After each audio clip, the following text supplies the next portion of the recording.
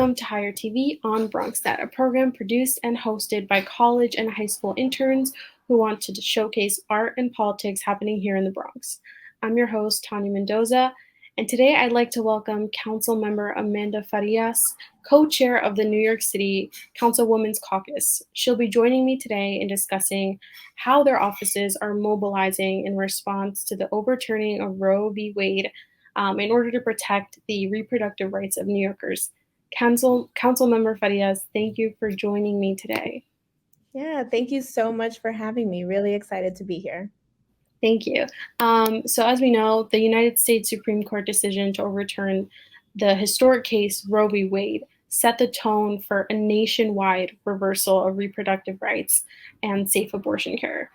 My first question would be, as the New York City Councilwomen's Caucus, as their mission is to strive to advance gender equity in New York City, how has the caucus responded to this nationwide attack on access to low-cost and safe reproductive care? This is a really good question, and thank you so much for highlighting it. Really, abortion is a critical part of healthcare. By taking these necessary options away from every single person, it's really putting women's health and women's lives and lives generally at risk, especially for women in other states who have so much life ahead of them. This attack is life-threatening.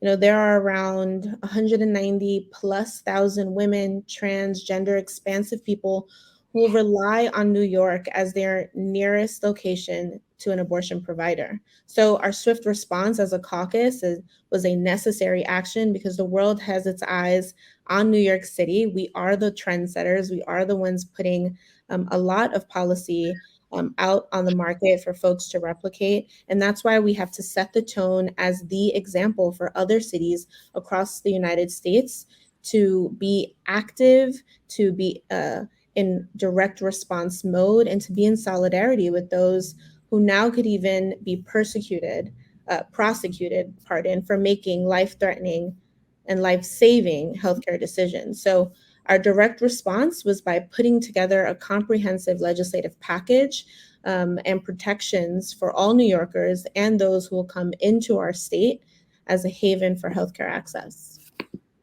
Yeah, thank you so much for mentioning, all these other marginalized groups and groups that could be affected by this decision. So as you mentioned, the safety of millions of women's lives have been threatened. But I think you touched on this is we have to acknowledge the identity intersections that are at play as well. So can you tell us a little bit more about how other marginalized groups affected by the decision? So members of the LGBTQIA plus community, BIPOC individuals, and socioeconomically disadvantaged individuals. Sure. I just want to start off and set the tone and say that this decision, Supreme Court decision, impacts every single person. Really, when we're looking at the legislative response and the reproductive rights, this is an issue that affects all people with the capacity for pregnancy. Many cis women do not have that capacity. Many trans men and non-conforming people have the capacity for pregnancy, and therefore we're all affected. Different communities are not mutually exclusive. So the types of policy decisions that we have right now are really impacting everyone on all levels. With that said, things like level of income do matter when it comes to accessing any kind of healthcare, even more so when it's something stigmatized like abortion access. That is why the council and the Women's Caucus introduced this entire package of legislation that focuses on free access without restrictions. The legislative package introduced in June expands and protects women, trans, and gender expansive people's access to safe abortion and reproductive health care in our city. It focuses on protection through language access, prohibitions against restrictions and interference, increased services, and it even codifies New York City's role as a destination for abortion care. Yeah, thank you so much for mentioning that. I took a look, and this is a really substantive reproductive rights package. There's a lot of bills and resolutions that are part of this that can really set the stage for, like you mentioned, action outside of the state and even throughout the state as well. Can you speak on perhaps like one specific bill or resolution and how it could play out, sort of like in a person's life? Yeah, absolutely. And what I will say is the women of the New York City Council are the majority, and we are doing a lot of work, especially in direct response to the Supreme Court decision. So all 12 of the bills passed in our latest council stated meeting on July 14th. I'll speak about one of the bills, Intro 475, which folks can find on council.nyc.gov. It creates a private right of action for interference with medical care. So this means a person would be able to bring a claim of interference with medical care when a lawsuit is commenced against them, whether it's the basis of medical care is legal in New York City, in whole or in part. So that means that this would codify into New York City law that whether you are a New York resident, New York City resident, um, or um, or not, you actually have all of your privacy still protected, and not a single lawyer from any state can access those medical records for care that happen in New York City in whole or in part. So that's also giving the patient autonomy of their medical records, along with the healthcare that they're receiving, and the right to sue and take any legal action if anyone tries to interfere with that desired care or records. So with more states, making it more violence, having more violent laws against pregnant people, like in Missouri's new law that divorced persons cannot be divorce cannot be finalized while someone is pregnant, possibly leaving the parent and baby in danger. That really is in part with our response to making sure people have access and protections against their own bodily autonomy. And it's really important specifically as well because, we right now as a country in whole do not have supportive infrastructure around for parents, maternal mortality rates that are always skyrocketing, and LGBTQIA lives being threatened daily. We really need to make sure that we are protecting those that are most vulnerable, not punishing them. And that's what the Women's Caucus worked really hard to ensure in this bill package. Yeah. Thank you so much for mentioning that. And I think one of the things that arose from this decision, especially as a young person, as a young voter, is kind of like questioning their faith in systems of governance. This is something that really devastated a lot of people, and as you mentioned, is affecting a lot of people. So, what would you advise young voters and people that have questioned their fate in these systems of governance as a result of this decision?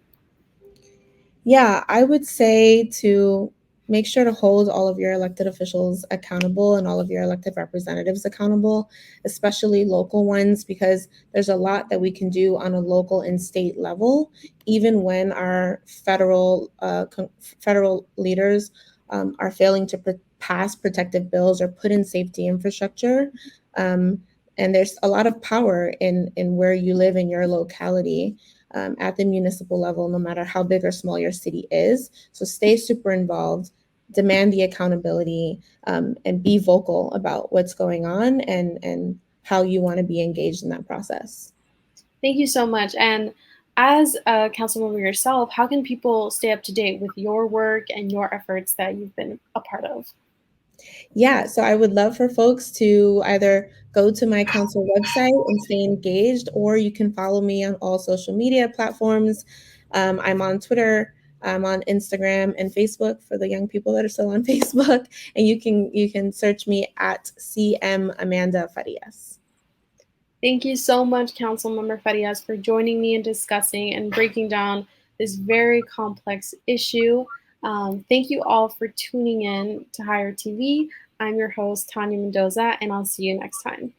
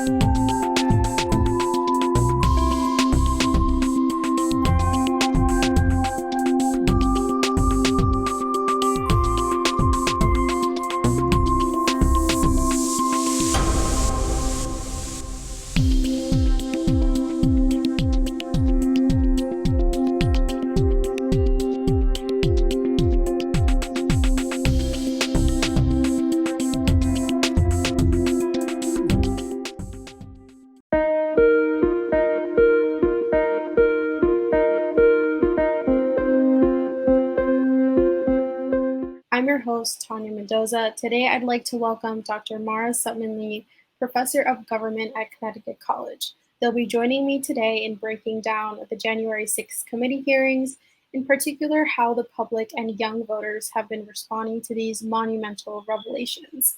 Professor, thank you for joining me today. My pleasure. Glad to be here. So this summer has truly been one for the books, with the House Select Committee investigation of the January 6th attack on the Capitol. The over 1,000 witnesses and hundreds of thousands of documents gathered have brought to light revelations regarding alleged election fraud, electoral tampering, and of course, the role that the government officials have played in the Capitol attack. So, to give us a bit of context amongst these unfolding revelations, what are some of the most significant takeaways from these committee hearings, in your opinion? Yeah, I think that as an observer of elections and as someone who studies election administration, for me, what has really stood out and what I hope stands out in the public is the incredible efforts that were made by election officials during the 2020 election to ensure that it was as a safe and secure and healthy as possible, given that it was happening in the midst of a global pandemic. And I really think that a lot more of us are going to be paying closer attention to the incredible work that election officials do to make sure that democracy happens. So I think that while the developments leading up to the January 6th attack on the US Capitol in January of 2021, those are, of course, have been really eye-opening and sobering. I am also really encouraged by the testimony that we've heard from election officials from the level of Secretary of State all the way down to folks who were working the polls during the November 2020 election. And so I think that a lot more Americans will start to pay close attention to understanding the actual mechanisms of how elections are administered in the United States as a result of these hearings. Yeah, for sure. And I can definitely see sort of like the ripple effects of that within my generation in terms of wanting to learn more about how our electoral system works and wanting to learn more about how these political events and hearings can affect our perception. So being that this is one of the first times my generation has experienced, I would say, like a political event of this magnitude play out in real time, can you tell us a little bit more about how this might shift a voter's perception of our country's system of democracy, particularly when it comes to how elections are run? Yeah, I can see, I've been thinking a lot about this question, and I can see it playing out in one of two directions, and I hope that we lean towards one. I think on the one hand, we're probably seeing a lot of disillusionment among young voters, in particular, over the system of democracy itself, not in terms of how the system is run, but in terms of how it responds to the concerns of young voters. And I think that, that disillusionment can, of course, lead to apathy, to lack of engagement. On the other hand, I think that we are also seeing this potential upswell in support of the mechanisms of American democracy, that is the actual administration of elections.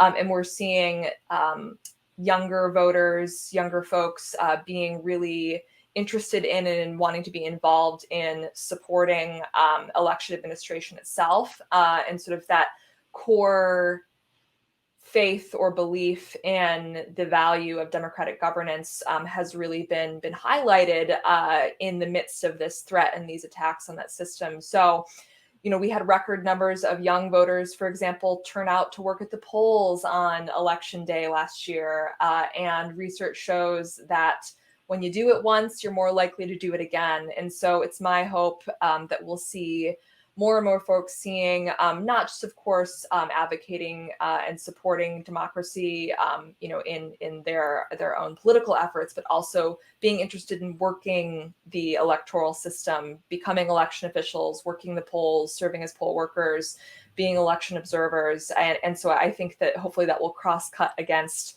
some of the more hopeless feelings I think that many folks are feeling these days. Yeah, for sure. I think that it's really interesting that a lot of these hearings have sort of had a foundation of those um, crucial and very important poll workers, election workers. That sort of has made the foundation for um, a lot of these revelations that we're hearing. Yeah, So, and a lot of that does surpass sort of I would say, like, political party affiliations even, and it gets yeah. at the core of really trying to support this democratic system. So, how would you say that this sort of like coming together of witnesses and of findings has surpassed the matter of partisanship? Mm.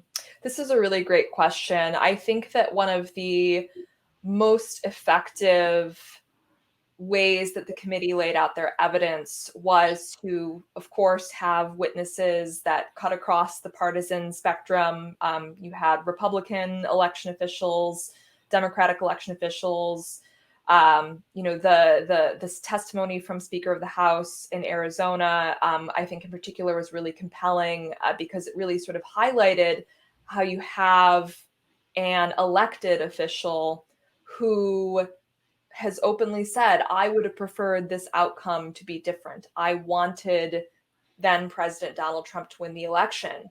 And in good faith and in good conscience, I couldn't get in the way of the democratic process. And so I think it was really powerful to see lifelong Republicans say, I would have liked to see a different outcome. I saw no evidence to suggest that that other outcome actually was what happened.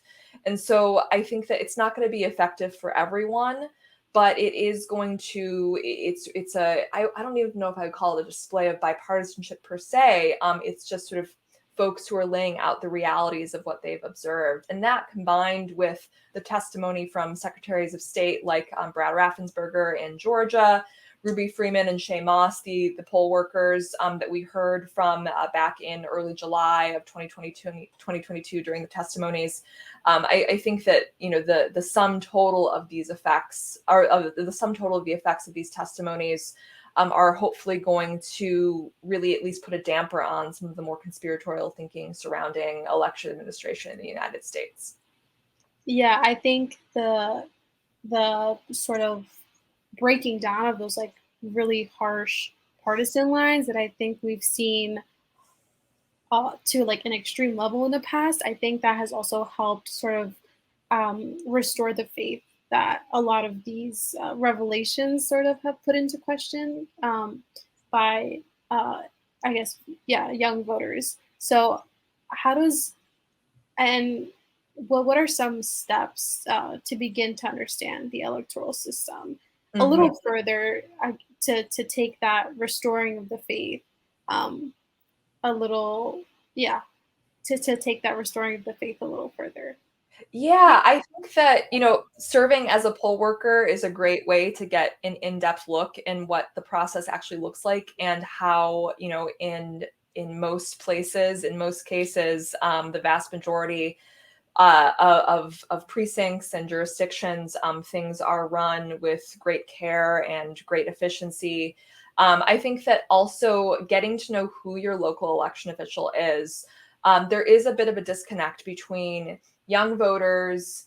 They need certain information about, how do I vote? Maybe I'm a college student. I need to vote absentee. Identifying who your local election official is. Who is it? A registrar of voters? Is it a county clerk? Getting to know them can be a really great way to both make sure that you're actually able to cast a ballot that gets counted, but also to get a sense of how elections are run in your community, because that's really where it starts is, elections are run at the local level here in the United States. And so that can go a long way.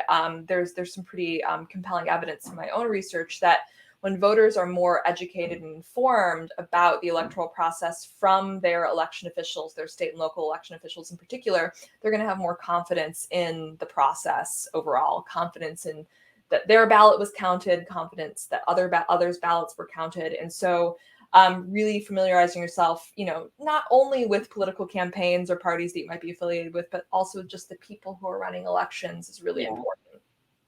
No, yeah, I think that's definitely a key point.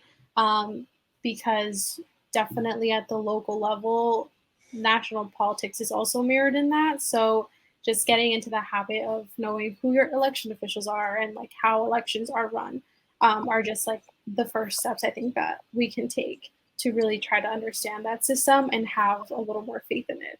Um, and then taking it back a little to my own community, being a BIPOC voter and living in a community that has historically faced disenfranchisement. I'm interested to hear if you foresee these hearings having a particular effect in terms of sentiment toward voting within more marginalized communities. Yeah, I think that one of the more notable patterns that I saw in the wake of the 2020 elections that have been perhaps more indirectly echoed in the committee hearings that are still relevant is how so many of the places that were under close scrutiny by the Trump campaign and their post-election lawsuits and the rhetoric were places were cities like Philadelphia and Detroit, where you have large BIPOC communities. And we can't ignore sort of the undertones of those attacks and accusations about the way elections are run in those communities. Why are we focusing on these communities and alleged improprieties in cities like Philadelphia and Detroit? And what that you can't sort of ignore the implicit implications of those. And so I worry about voters in these communities, and in places like where you're from, Tanya. Being afraid of going out to the polls, of being afraid to vote. We're going to see an increase in election observers and an increase in scrutiny on many of these communities in key races in key states. And so that's an intersection that really, really worries me. And at the same time, I do hope that the investigations done by the January 6th committee offer some sort of sense that there is also a pushback against these efforts to intimidate voters in these communities. And that's really what I'm talking about here. Is I have worries about voter intimidation, especially in key jurisdictions and key places that also, yes, do happen to have large populations of BIPOC voters like yourself.